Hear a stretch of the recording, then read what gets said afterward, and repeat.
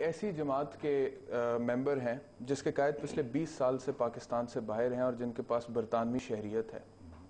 آئین پاکستان کے تحت 62-63 کی میں بات کر رہا ہوں, کسی اور ملک کی شہریت ہونا is a ground for disqualification from becoming a member of the parliament. تو آپ ایک ایسی جماعت کے ممبر ہیں جو کہ جس کے قائد جو ہیں وہ پارلیمنٹ کے ممبر بھی بننے سے ڈسکوالیفائڈ. ان کو شوق بھی نہیں ہے, نہ وہ بنیں گے کبھی, ان پہ یہ قانون لاگو نہیں ہوتا ہے. کسی دوسری ملک کی شہریت لے لیں گے اور پاکستان کا ذمہ بھی اٹھائی رکھیں گے. کوئی بات نہیں اس میں کوئی بات نہیں ہے, کوئی کانفلکٹ آف انٹرسٹ نہیں ہے, مفادات کا تصادم نہیں ہے. جب الطاف حسین صاحب جب الطاف حسین صاحب برطانیہ کی شہریت لیتے ہیں اور اوتھ اٹھاتے ہیں کہ میں کوئین کا اور یہاں کے پرائم منسٹر کا اور حکومت کا وفادار رہوں گا, تو کیا وہ پاکستان کے وفادار ہو سکتے ہیں؟ اگر پاکستان کے وفادار نہیں ہوتے تو وہ سیاست چھوڑ کے انگلینڈ میں ہی رہ رہے ہوتے. آج وہ 24 گھنٹے اگر فکر کرتے ہیں تو پاکستان کے مسائل کی فکر کرتے ہیں اور ٹوٹلی انوالو ہیں یہاں کے مسئلوں میں. اگر ایسا ہوتا تو وہیں رہ رہے ہوتے اور اس پارٹی کو چھوڑ چکے ہوتے. ان کا یہ جو ڈسٹنس ہے وہ ایک الگ برطانیہ میں ہے اور سیاست پاکستان میں کر رہے ہیں. یہ جو ڈسٹنس ہے کیا اسی وجہ سے پرابلمز ہوتی ہیں؟ بہت سارے ایسے سیاسی لیڈران گزرے ہیں اور ابھی ہیں جن کے پاس ایسی نیشنلٹیز ہیں, مگر اس کا مطلب یہ نہیں ہے کہ خدا نہ خواستہ وہ ایشو الگ ہے. ہاں الیکشن لڑ رہے ہوں تو یہ چیز آڑے آتی ہے, مگر الطاف بھائی کبھی نہ الیکشن لڑے ہیں نہ ان کا ارادہ ہے لڑنے کا. بھتہ خوری کے بارے میں کیا کہیں گے؟ کون سی بھتہ خوری کا الزام؟ دیکھیں الزام میں نے بتایا آپ کو, پہلے رد کرتا ہوں میں ان چیزوں کو. ہمارے یہاں کوئی بھتہ خوری نہیں ہے. کر کے دکھائیں, مطلب لا کے دکھائیں, پروف دکھائیں مجھے. لندن میں, کینیڈا میں, امریکہ میں, آسٹریلیا میں, دیگر ممالک میں ایم کیو ایم جو پراپرٹیز اون کرتی ہے وہ پیسہ کہاں سے آتا ہے؟ یہ بالکل رد کرتا ہوں اس بات کو, کوئی پراپرٹی اون نہیں کرتی. الطاف صاحب کہاں پہ رہتے ہیں؟ لندن میں رہتے ہیں, مگر گھر کس کا ایک ہمارا طریقہ ہے, رینٹ پہ گھر ہے, ہمارا ایک طریقہ ہے. دیکھیں ہمارے رینٹ کہاں سے پے ہوتا ہے؟ میں بتا رہا ہوں ہمارے یہاں چندہ جمع ہوتا ہے انٹرنیشنل. ہم واحد ویسے الطاف حسین بھائی کا ذریعہ آمدنی کیا ہے؟ ایم کیو ایم بتا رہا ہوں میں ذاتی طور میں بتا رہا ہوں. ایم کیو ایم واحد جماعت ہے پوری دنیا میں جو آرگنائز اور سب سے بڑا نیٹ ورک رکھتی ہے, سیاسی network in the world. یہ آپ کو پتا ہوگا شاید. ہمارے آفیسز ہیں ہر جگہ, ہمارے یہاں لوگ کام کرتے ہیں. جو لوگ وہاں رہتے ہیں, جو وہاں کے نیشنل ہیں, وہ اپنی 1% لنڈن آفس بھیجتے ہیں جو کہ چندے کے نام سے آتی ہے. اس چندے سے آفس چلتا ہے. میری تنخواہ سے بھی 8,000 روپے ہر مہینے جاتے ہیں. ہر M N A M P A اپنی تنخواہ میں سے پیسے دیتا ہے. ہر کارکن جو نوکری کرتا ہے وہ 1% تنخواہ کا اپنا ایم کیو ایم کے فنڈ میں جمع کراتا ہے. ہمیں بھتے کی کوئی ضرورت نہیں ہے. تو پھر یہ جو کراچی کے لوگ شکایت کرتے رہتے ہیں آئے دن, جی ہم سے بھتہ لیا جاتا ہے, ہمیں ڈرایا دھمکایا جاتا ہے, اگر ہم بھتہ نہ دیں تو ہمارا کاروبار نہیں چل سکتا, کنٹینرز نہیں گزر سکتے, یہ سب جھوٹ بولتے ہیں؟ بالکل جھوٹ بولتے ہیں. اگر کوئی یعنی کہ عوام جھوٹ بول رہی ہے؟ نہیں, عوام نہیں ہے. عوام سے یہ پوچھیں یہ کرتا کون ہے. ایسے لوگ ہیں, ایسے ایلیمنٹس ہیں کراچی میں, ایسی بات نہیں ہے کہ نہیں ہے. وہ آپ کو امن کمیٹی کی شکل میں نظر آئیں گے. ہیں ایسے لوگ جو بھتہ لیتے ہیں, پکڑے گئے ہیں ابھی. مگر میری جماعت کا اگر کوئی پکڑا جائے بھتہ لیتا, سنیں, میری جماعت کا اگر کوئی پکڑا جاتا ہے بھتہ لیتے ہوئے, ہماری جماعت فوراً اس کو فارغ کرتی ہے.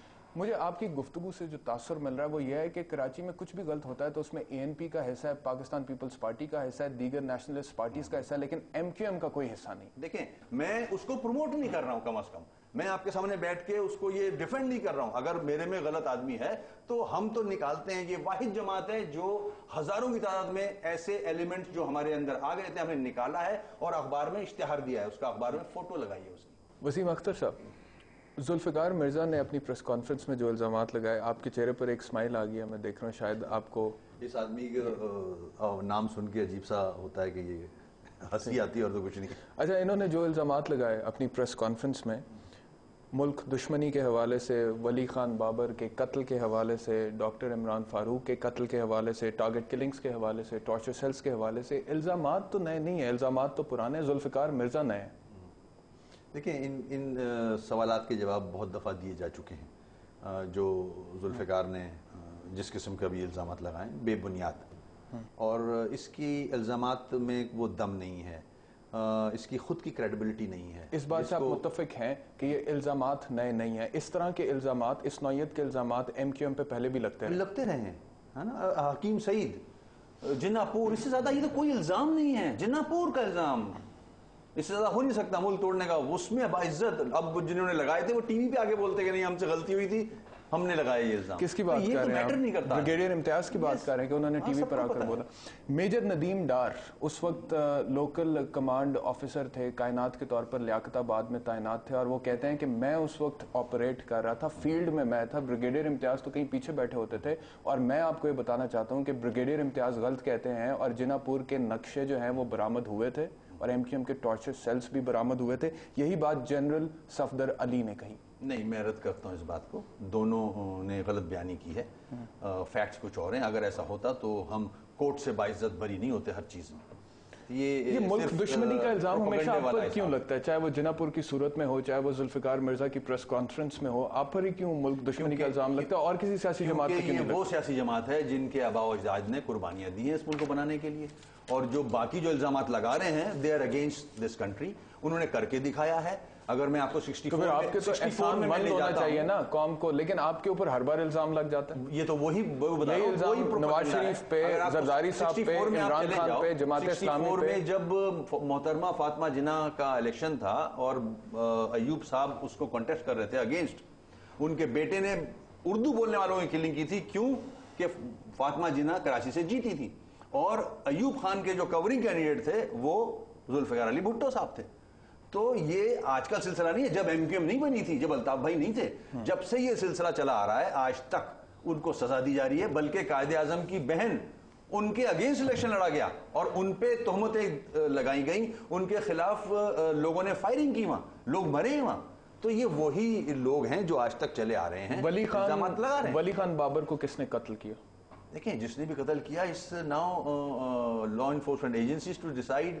رپورٹ بنا کے کورٹ میں دیں، کورٹ میں آلریڈی ہے، court is going to decide. Zulfiqar Mirza کہتے ہیں آپ لوگوں نے قتل کیا. کوئی کریڈیبلٹی نہیں ہے. ذوالفقار تو اس کو تو علاج کرانا چاہیے اپنے ذہن کا. اچھا، ان کی تو کریڈیبلٹی نہیں ہے بقول آپ کے، لیکن اس طرح کے الزامات آپ پہ پہلے بھی لگے. اب میں دیکھتا ہوں 1990 میں الطاف حسین صاحب نے پبلکلی تھریٹن کیا ایک ایڈیٹر کو جو کہ نیوز لائن میگزین کے ایڈیٹر تھے، جنہوں نے ایم کیو ایم کے خلاف ایک آرٹیکل لکھا تھا. پھر ایک صحافی ظفر عباس کو 1991 میں کراچی کی گلیوں پر پیٹا گیا. پھر ایک لوکل اخبار کے وینڈرز کو پیٹا گیا. یہ سب کیا ہے؟ یہ کیوں آپ پر الزام لگا؟ اگر آپ یہ پتہ نہیں کہاں سے یہ نکال کے لائے ہو خبریں، میں ساری خبروں کو رد کرتا ہوں. I don't agree. الطاف بھائی کے پاس اتنا ٹائم نہیں ہے کہ وہ پبلکلی کسی کو تھریٹ کریں، خدا نخواستہ. نہ وہ اس قسم کے آدمی ہے کہ تھریٹ کریں. ہی از اے لیڈر. تیسری بڑی جماعت کا لیڈر ہے وہ. آپ کے رد کرنے سے سچ جھوٹ ہو جائے گا؟ آپ کے رد کرنے سے سچ جھوٹ ہو جائے گا؟ دیکھیں، میں سچ بول رہا ہوں، اور کوئی مانتا ہے مانے، نہ مانتا ہے نہ مانے. ڈاکٹر عمران فاروق کے قتل کے حوالے سے جن 2 لڑکوں کو گرفتار کیا گیا، کیا ان کا تعلق ایم کیو ایم سے؟ نہیں، کوئی تعلق نہیں ہے کسی چیز سے. خالد شمشاد کون ہے؟ I don't know. وہ کہتے ہیں جی جو دونوں لڑکے ہیں وہ کراچی یونیورسٹی میں ایم کیو ایم کے اسٹوڈنٹ ونگ کے ممبرز تھے. اگر اسکاٹلینڈ یارڈ والے کسی کو بھی شک کی بنا پہ روک سکتے ہیں، ہو سکتا ہے اس کا تعلق کراچی یونیورسٹی سے ہو. تو ایم کیو ایم سے بھی ہے، ہو سکتا ہے اس کا تعلق ایم کیو ایم سے ہو. اس وقت دیکھیں، اگر انوالوڈ ہے ان کا تعلق ایم کیو ایم سے. نو، اگر کورٹ ڈیسائیڈ کرے، let the court to decide کہ کون قاتل ہیں. ابھی ہم پہلے سے بیٹھ کے یہاں تبصرے کرنے لگ جائیں کہ یہ ہو سکتا ہے، یہ ہو سکتا ہے. ڈاکٹر عمران فاروق نے 2009 میں ایم کیو ایم چھوڑ دی تھی. نہیں، ایم کیو ایم کبھی نہیں چھوڑی ہے ڈاکٹر صاحب. ڈاکٹر عمران فاروق کے کوئی اختلافات نہیں تھے آپ کی پارٹی لیڈرشپ کے ساتھ؟ کبھی نہیں، کبھی نہیں. عظیم احمد طارق آپ کی پارٹی کے بڑے اہم لیڈر ہیں، ان کے قتل کے حوالے سے بھی آپ کی پارٹی کی لیڈرشپ پہ الزام لگا ہے. ثابت بات وہ کریں مجھ سے جو پروف ہو چکا ہے. جب آپ ہر حکومت میں جا کر بیٹھ جائیں گے، وزارتیں مشارتیں لے لیں گے، تو پھر ثابت کیا ہوئے گا عدالتوں میں؟ اگر اثر ڈالا ہوتا تو این آر او کے مقدمے ہم کلیئر کرا لیتے. ہم نے نہیں کرایا.